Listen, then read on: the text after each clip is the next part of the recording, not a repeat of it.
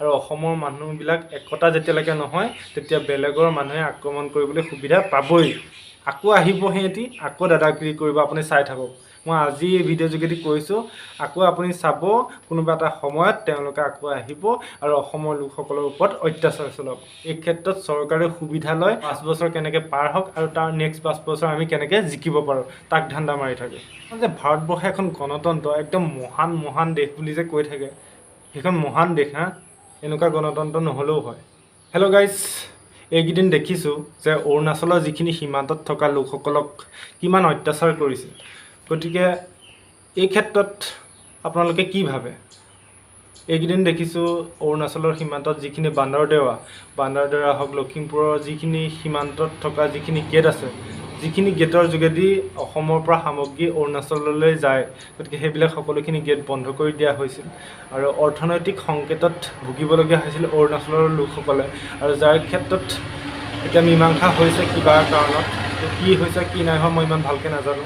তো দেখিছোঁ যে অসমৰ সীমাটোত থকা লোকসকলক অৰুণাচলৰ লোকসকলে আহি পেলাই কি কৰে, অত্যাচাৰ কৰে, সীমা দখল কৰিব চেষ্টা কৰে আৰু ধান কাটি লৈ যায়। আৰু অৰুণাচলৰ ক্ষেত্ৰতে নহয়, আমাৰ নাগালেণ্ডৰ যিখিনি সীমান্তত থকা লোকসকলকো তেনেকৈ নাগা লোক আহি পেলাই কি কৰে, অত্যাচাৰ কৰে। এইবিলাক যে হৈ আছে, বাৰে যে হৈ থাকে, কিয় হৈ থাকে আপোনালোকে সেইটো এবাৰ ভাবি চাইছেনে? যে এইবাৰ হৈ গ'ল, এইটো মীমাংসা হৈ গ'ল, আপোনালোকে পাহৰি গ'ল, সেইটোৱে হৈ আছে। কিন্তু আকৌ যে বাৰে যে সিহঁতি আহি পেলাই এই 2-3জন লোক আহি পেলাই যে আমাৰ অসমৰ এখন ইমান ডাঙৰ এখন গাঁৱক দম দি থৈ যায় আৰু ধান একদম দেখা শুনাকৈ কাটি লৈ যায়, কিয় লৈ যায়, কিয় দম দিব পাৰে, সেইটো এবাৰ ভাবি চাইছেনে? সিহঁতিতো আমাৰ অসমৰ মাজেদি যাব লাগে। অৰুণাচলৰ লোকসকল আমাৰ অসমৰ মাজেদি নগ'লে একো কামেই নাই। নাগালেণ্ডৰ লোকসকল আমাৰ অসমৰ মাজেদি নগ'লে কামেই নাই। মণিপুৰৰ মানুহবিলাকে আমাৰ যিখিনি ব্যৱসায় বাণিজ্য আমাৰ অসমৰ মাজেদি নগ'লে কামেই নাই। গতিকে সিহঁতি আমাৰ মাজেদি যাব লাগে আৰু আমাৰ অসমক দম দিব পাৰে, কাৰণটো কি? সেইটো এবাৰ ভাবি চাইছেনে? শৃংখল চলিহাই যে সকলো ক্ষেত্ৰতে মই শৃংখল চলিহাক মই ছাপোৰ্ট কৰি কথাটো কোৱা নাই। শৃংখল চলিহাই যে কৈছে যে আমাৰ অসমৰ মানুহবিলাকক ৰাইফল দিব লাগে, সেইটো আচলতে মিছা কথা কোৱা নাই। সেইটো একদম শুদ্ধ, একদম সঁচা কৈছোঁ, সঁচা কথা কৈছে। সিহঁতি জানে যে আমাৰ ওচৰত ৰাইফল আছে, সিহঁতি অপেনলি ঘূৰিব পাৰেনে নোৱাৰে? গতিকে সিহঁতি ৰাইফলটো লৈ আহি ইয়াত দাদাগিৰি দেখাব চেষ্টা কৰে। কাৰণ 4জন মানুহে আহি যদি ৰাইফলটো লৈ অপেনলি ঘূৰিব পাৰে, তেতিয়া এখন গাঁৱৰ মানুহেও ভয় কৰিব ন, আঁতৰৰ পৰাই গুলিয়াই দিব। আমাৰ ওচৰত আৰু এই দাখন, এনেকৈ সৰু দাখন লৈ গ'লেতো নহ'ব। ঠিক তেনেকুৱা ধৰণৰ কথা। 4জন আহি এখন গাঁৱক দম দিব পাৰে। গতিকে সেইটো এবাৰ ভাবি চাওক। আৰু এইখন যে ভাৰতবৰ্ষ এখন গণতন্ত্ৰ, একদম মহান দেশ বুলি যে কৈ থাকে, সেইখন মহান দেশ হা, সেইখন গণতন্ত্ৰৰ এখন ৰাজ্যৰ লোকে একদম অপেনলি ৰাইফল একদম লৈ ফুৰিব পাৰে আৰু এখন ৰাজ্যৰ লোকে পিষ্টল এটা ল'লেও অপৰাধী হৈ যায়। সেইখনে গণতন্ত্ৰ, এখন মহান গণতন্ত্ৰ হা, এখন মহান গণতন্ত্ৰ বুলি কয় নেকি বাৰু? সেইখন সকলোকে সমান চকুৰে চাব লাগে। কোনোবা এখন ৰাজ্যৰ লোকে একদম অপেনলি ৰাইফল লৈ কিনিব, বেচিব, একদম অপেনলি ঘূৰিব পাৰে আৰু আমাৰ অসমত কি কৰে, এটা পিষ্টল ল'লেও তেওঁ অপৰাধী হৈ যাব পাৰে, সেইটো দেশদ্ৰোহী। সেইখনে গণতন্ত্ৰ। এনেকুৱা গণতন্ত্ৰ নহ'লেও হয়। গতিকে সিহঁতি জানে যে আমাৰ অসমৰ লোকসকলে একো কৰিব নোৱাৰে। গতিকে 4-5জন আহি অসমত দাদাগিৰি দেখুৱাই যিকোনো ময়মতালি কৰে আৰু সেই কামবিলাক কি হৈছে, সেইকাৰণে বাৰে হৈ আছে। আৰু এইবাৰ যে হুলস্থুল হ'ল, এইবাৰ যে এইবিলাক পথ বন্ধ কৰিলে, আকৌ যে নহ'ব, কোনোবাই গ্ৰান্টি দি ক'ব পাৰিব নেকি? কোনোবাই গ্ৰান্টি দি ক'ব পাৰিব নেকি যে আকৌ যে অৰুণাচলৰ লোকসকলে আহি পেলাই সীমান্তত আকৌ দাদাগিৰি নকৰে বুলি? আকৌ আহিব সিহঁতি, আকৌ দাদাগিৰি কৰিব, আপুনি চাই থাকক। মই আজি এই ভিডিঅ' যোগেদি কৈছোঁ, আকৌ আপুনি চাব কোনোবা এটা সময়ত তেওঁলোকে আকৌ আহিব আৰু অসমৰ লোকসকলৰ ওপৰত অত্যাচাৰ চলাব। তো সেইটোৱে হৈ থাকিব। আৰু এইবিলাক যে কেতিয়াও সমাধান নহয়।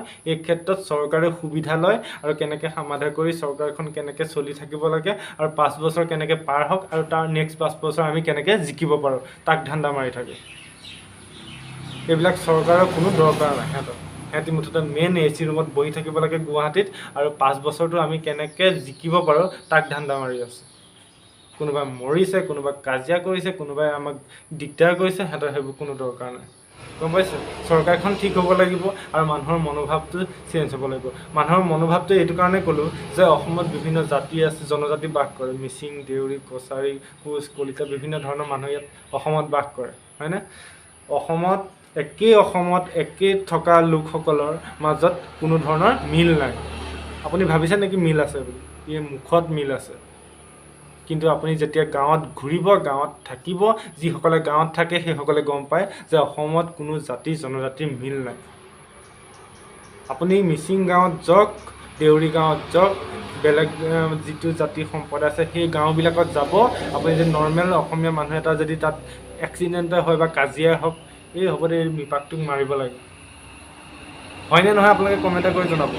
আৰু এই মিচিং, মই সেইটো কোৱা নাই যে মিচিং সম্প্ৰদায়ৰ লোকসকলে তেনেকুৱা, কিন্তু মিচিং লোক এজনেও যদি অসমীয়া যিখিনি থকা বাস কৰা লোকৰ মাজত যদি কিবা এটা কাজিয়া কৰে, এই মিৰিটোক মাৰিব লাগে, এই দেউৰী ল'ৰাটোজনক মাৰিব লাগে, বা এইবিলাক দেউৰীহে মৰকছে মৰিব দে, তেনেকুৱা ধৰণৰ কথা। গতিকে এই মনোভাৱবিলাক নাইকিয়া হ'ব লাগিব। আৰু অসমৰ মানুহবিলাক একতা যেতিয়ালৈকে নহয়, তেতিয়া বেলেগৰ মানুহে আক্ৰমণ কৰিবলৈ সুবিধা পাবই। আৰু আপুনি ভাবি চাওক, যেতিয়া ঘৰৰ মানুহবিলাক যেতিয়া মিল নাই, ঘৰৰ মানুহৰ যেতিয়া মাজত যেতিয়া কাজিয়া হৈ থাকে, বেলেগৰ মানুহে চল পাবই। কোনোবাই সীমান্তত কোনোবাই কিবা এটা কৰিছে, অসমৰ মানুহবিলাক জাগি উঠিব লাগিব, অসমৰ মানুহবিলাক একতা হ'ব লাগিব, যে এইটো নহয় যে আমি মাজত আছোঁ, আমি সীমান্তত থকা নাই, কিন্তু সীমান্তত লোকসকলক কিবা কৰিছে, আমাৰ ভাই বন্ধুক কিবা এটা কৰিছে বুলি সকলো ওলাই আহিব লাগিব, সিহঁতক কৰিছে কৰিব দে। সেইবিলাক মনোভাৱ সৃষ্টি হৈ থাকিলে কেতিয়াও অসমখন ঠিক নহয়। আৰু চৰকাৰখন ঠিক হ'ব লাগিব, চৰকাৰখনে ভাবিব লাগিব যে এইবিলাক আমাৰ অসমৰ মানুহ হয়, আমাৰ অসমৰ ভাই ককাই হয়, তেনেকৈ ভাবিব লাগিব। আমি যে 5 বছৰ কেনেকৈ জিকিব পাৰোঁ সেই ধান্দাত যদি লাগি থাকে, অসমখন কেতিয়াও ঠিক নহয়।